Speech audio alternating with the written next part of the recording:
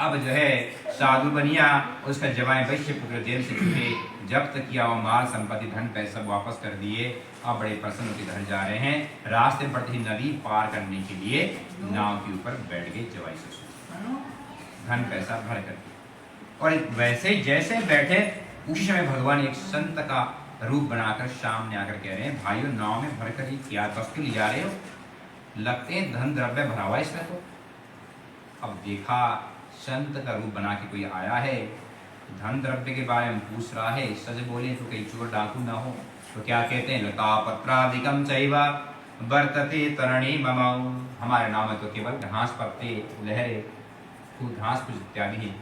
भगवान ने कह दिया एवं वस्तु ऐसा ही हो जाए, सारे पैसे हो तो पत्ते बन गए हैं, अब रो रहे हैं। पैसे पत्ते बन गए तो नाव ऊपर उतरने लग गया, धन पैसा तो पत्ते बन गए हैं। आवाज आने लगी, खोल के देखा सारे पत्ते पत्ते हैं। अब जाकर के संत रूप भगवान के चरण पर रखे रोने लगे। तो भगवान ने कहा क्या हुआ भाई, क्यों रो रहे हो, मेरे आगे क्यों आ रहे हो, क्या हुआ?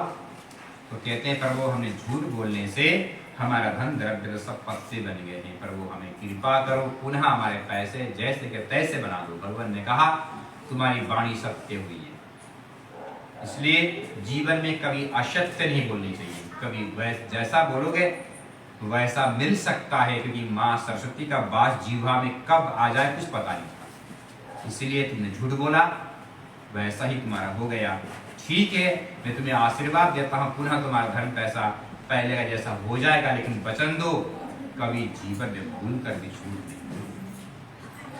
दोनों ने जो है भगवान को वचन दिया और भगवान ने आशीर्वाद दिया। जैसे का जहाँ पैसे थे, जहाँ धन संपत्ति माल सामान था, जैसा था वैसा पुनः हो गया। भगवान को धन्यवाद दे करके भगवान की जय जयकार करते हुए दोनों जवाई ससुर घर जाने लगे और घर में संदेश पहुंचा दिया कि हमें लेने के लिए नदी के तट पर पहुंचो, माल सामान ज्यादा है। अब माँ बेटी दोबारा से बैठ के पूजा करवा रही थी, जैसे यहाँ पूजा हो रही ऐसे तैयारी करके बैठने वाली थी, पूजन प्रारंभ नहीं किया। माँ ने बेटी से कहा कि देख बेटी, एक बार पूजन की तैयारी हो जाए तो पूजन को छोड़ना नहीं चाहिए। यदि पूजा छोड़ के उड़ जाते तो पूजा का फल नहीं मिल पाता, इसलिए एक बार बैठ जाओ तो बैठ जाओ, पूजन पूरी करके उड़ जाओ। भगवान कहते हैं नियम बता दिया और माँ चली गई। अब बेटी पूजा में बैठी तो है, लेकिन ध्यान भगवान का नहीं कर रही है, ध्यान कर रही है अपने पतिदेव का, ध्यान कर रही है अपने पिता का, और ध्यान कर रही है माल सामान धन द्रव्य का, ध्यान कर रही है खाने पीने के वस्तु का, कि न जाने क्या क्या चीज लेके आ रहे हो। बड़े दुख के जीवन काटे, आपको सुख मिलेगा ऐसा सोच रही है, ध्यान वही कर रही है।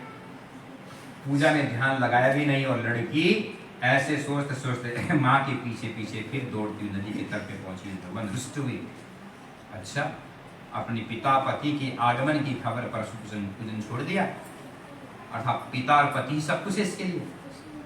भगवान ने दंड दिया। पुनः इसलिए भगवान ने दोबारा से यहाँ को उपदेश दिया है कि मनुष्य को भगवान से आगे कोई नहीं है, भगवान से बढ़कर कोई नहीं है, इसलिए भगवान की पूजन जरूर करना चाहिए, भगवान का चिंतन जरूर करना चाहिए। क्योंकि संसार की सृष्टि भगवान कहते हैं भगवान ने किया है, बनाया है। भगवान कहते हैं देवादीनम जगत सर्वा मंत्राधीनम च देवतः, ते मंत्रा ब्राह्मणाधीनम तस्मात् ब्राह्मण देवतः। लिखा है मंत्राधीनम जगत सर्वा। भगवान कहते हैं ये पूरा जो जगत है, संसार है, देवाधीनम भगवान के देवता के अधीन है। भगवान चाहेंगे तो क्षण भर में कुछ भी कर सकते हैं, क्षण में भगवान चाहे कुछ भी कर सकते हैं। भगवान कहते हैं इसलिए वो भगवान किसके अधीन है, मंत्राधीनम च देवता, मंत्र के अधीन वो देवता है।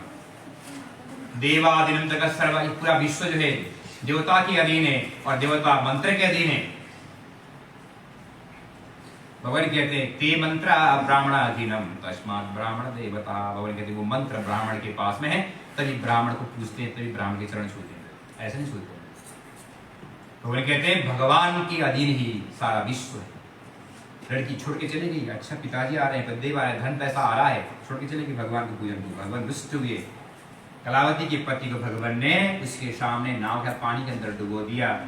अपने पति को डूबते हुए देखकर रोती है, चिल्लाती है, मूर्छित होकर नीचे गिर पड़ती है। तब आकाशवाणी हुई कि कलावती तूने पूजन खंडित किया है, पूजा के स्थान में जा, पहले क्षमा मांग, बनाए हुआ प्रसाद भगवान को भोग लगा, भक्तों को बांट, अपने आप दिखा के आ, तो ये पति दान मिल जाएगा।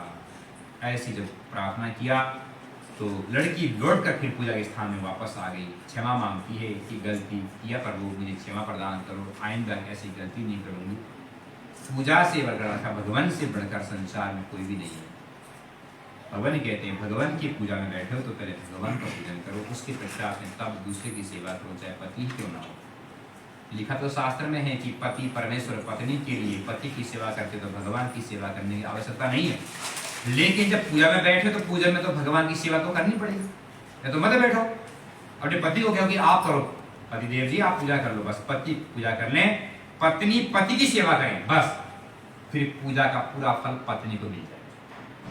लेकिन अपने आप पूजा में बैठी हो तो सेवा तो नारायण की करनी पड़ेगी, उठ के उसके बाद आप पति की सेवा करो, पूजा करो, पूजन निवृत्त होकर पूजा समापन करके भगवान को प्रणाम करके जब उठ जाते हैं, स्त्री को सबसे पहले अपने पति के चरण छू के प्रणाम करो, पति देव, फिर उनसे बड़े सास ससुर हो तो उनका भी प्रणाम करो पूजन की पश्चात में। ऐसे कोई व्यक्ति है, चाहे बेटा हो चाहे बहू हो चाहे कोई भी हो, पूजन भगवान के करने के पश्चात में अपने घर में अपने से जो बड़े व्यक्ति हैं उनके चरण छूकर आशीर्वाद देना चाहिए। सबसे पहले भगवान का पूजन किया, भगवान को प्रणाम किया, फिर परिवार के अन्य सदस्य सबको प्रणाम करना चाहिए, ऐसा नियम लिखा है।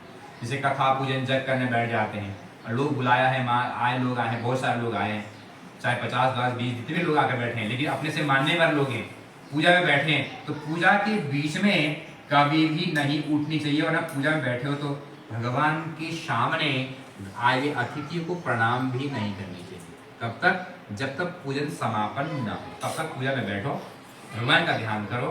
अतिथि आए हैं तो किसी को बोलो कि हमारे घर में अतिथि आने वाले हैं, एक जन को जो है जिम्मेवारी सौंपो कि आप उनको बिठाओगे, चाय पानी कराओगे, हम पूजा में बैठे हैं। और जैसे पूजा से निवृत्त हुए, पूजा समापन हुई, अब भगवान को प्रणाम करके उठ गए, अब फिर जितने अतिथि हैं जो बड़े हैं उनको प्रणाम करो, छोटे हो तो उनसे मिल लो, मतलब सबसे मिल लो, मतलब ऐसा नहीं कि मिलन, मिल लो, बड़े को प्रणाम करके मिल लो, छोटे को स्नेह देकर सुनो, प्यार दे करके आशीर्वाद देकर ऐसे मिलो बनेगा, ये नियम है। तो ये पूजा के बीच में नहीं, हाँ जी दादाजी प्रणाम, बैठो, हाँ जी माता जी बैठो, नहीं भगवान के बैठो, भगवान को प्रणाम करो पहले ना, वो बैठ जाएंगे, उनको पता है, ज्ञान होना चाहिए कि मुझे उन्होंने प्रणाम नहीं किया, ऐसा नहीं। पूजा से उठने के बाद अगर प्रणाम नहीं करते हैं फिर बोल सकते हो कि तूने मुझे प्रणाम नहीं किया, तेरे घर में मैं आया था, ऐसा बोल सकते हैं। फिर पूजा के बीच में कोई नहीं बोलता कि भगवान से बड़े कोई नहीं, भगवान सामने बैठे। इसीलिए भगवान कहते हैं कि जब इस प्रकार से बताया गया तो लड़की लौट के घर में आके भगवान का पूजन करती है, प्रसाद भगवान को भोग लगाती, भक्तों को बांटती, अपने आप दिखाकर आशीर्वाद लेकर नदी के तट पे पहुंचे तो भगवान के आशीर्वाद से सकुशल मंगल पति मिल गया। आप तो बड़े प्रसन्न होकर घर में आकर भगवान के पूजन सबने किया, भगवान के आशीर्वाद से लीलावती कलावती साधु बनिया वैश्य सबका जीवन सुखमय हुई। वृतांत भगवान जो है चतुर्थ अध्याय बताइए, एक बात बड़ी भगवान